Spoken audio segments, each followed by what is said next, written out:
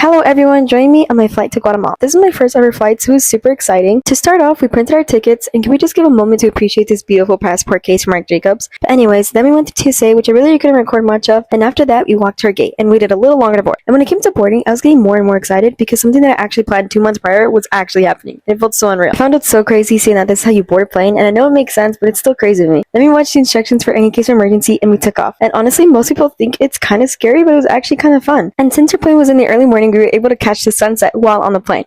Then we finally arrived in Texas, and I will say it was pretty crazy getting off the plane. And after, we headed straight to our gate to finally be on our way to Guatemala. But there were so many delays that we didn't actually depart until 2 hours after the original time. But we finally boarded and lifted off.